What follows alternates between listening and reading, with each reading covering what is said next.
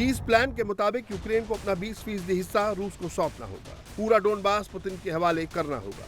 Ukraine को अपनी सेना घटानी होगी। सिर्फ 6 लाख जवान रहेंगे। क्रीमिया रूस का हिस्सा माना जाएगा। जापोरिजिया और खेरसॉन में वही फ्रीज लाइन बनेगी जहां अभी रूसी सेनाएं युद्ध के मोर्चे पर डटी हैं।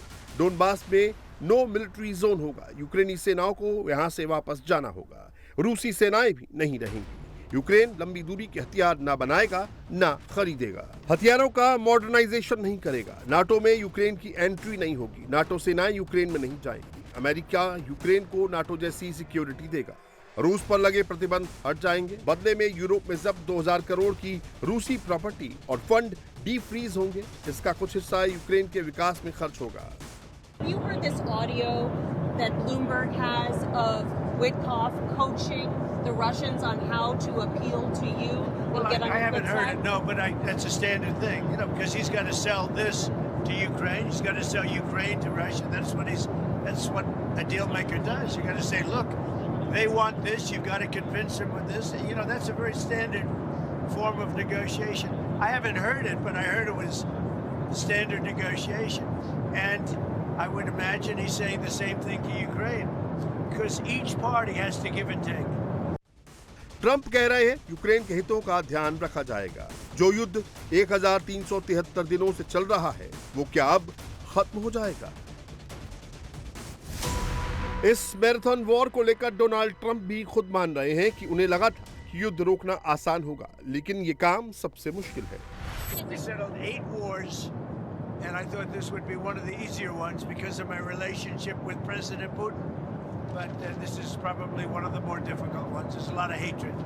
People are starting to realize it's a good deal for both parties, and they got to stop the war. They're losing a lot of people, a lot of soldiers, mostly soldiers.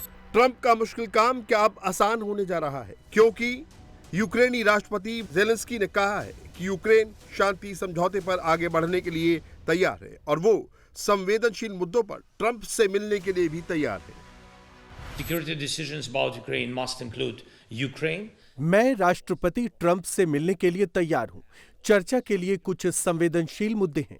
हम अभी भी उन पर चर्चा कर रहे हैं और हमें लगता है कि यूरोपीय नेताओं की उपस्थिति मददगार हो सकती है। आइए कुछ प्रमुख मुद्दों पर एक बंद कमरे में चर्चा करें। Is decided behind the back of the country or its people.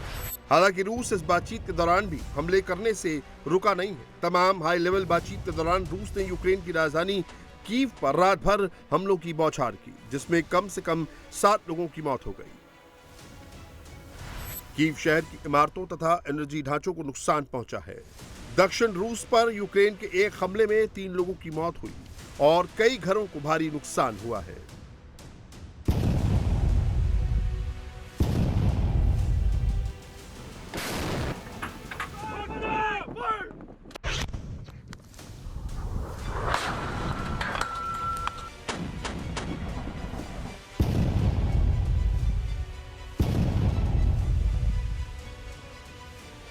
As long as Russia has not taken real steps toward जब तक रूस ने सेना को हटाने की दिशा में वास्तविक कदम नहीं उठाए हैं, अपनी युद्ध मशीन को बंद करने के लिए रियल स्टेप, ऐसे कदम जो स्पष्ट रूप से दिखाए कि रूस इस आक्रामक युद्ध को समाप्त करने के लिए गंभीर है, तब तक हमें यूक्रेन का समर्थन करने, अपने लोगों का समर्थन करने और हमारी सामूहिक सुरक्षा का समर्थन करने के लिए काम बंद करने का अधिकार नहीं है।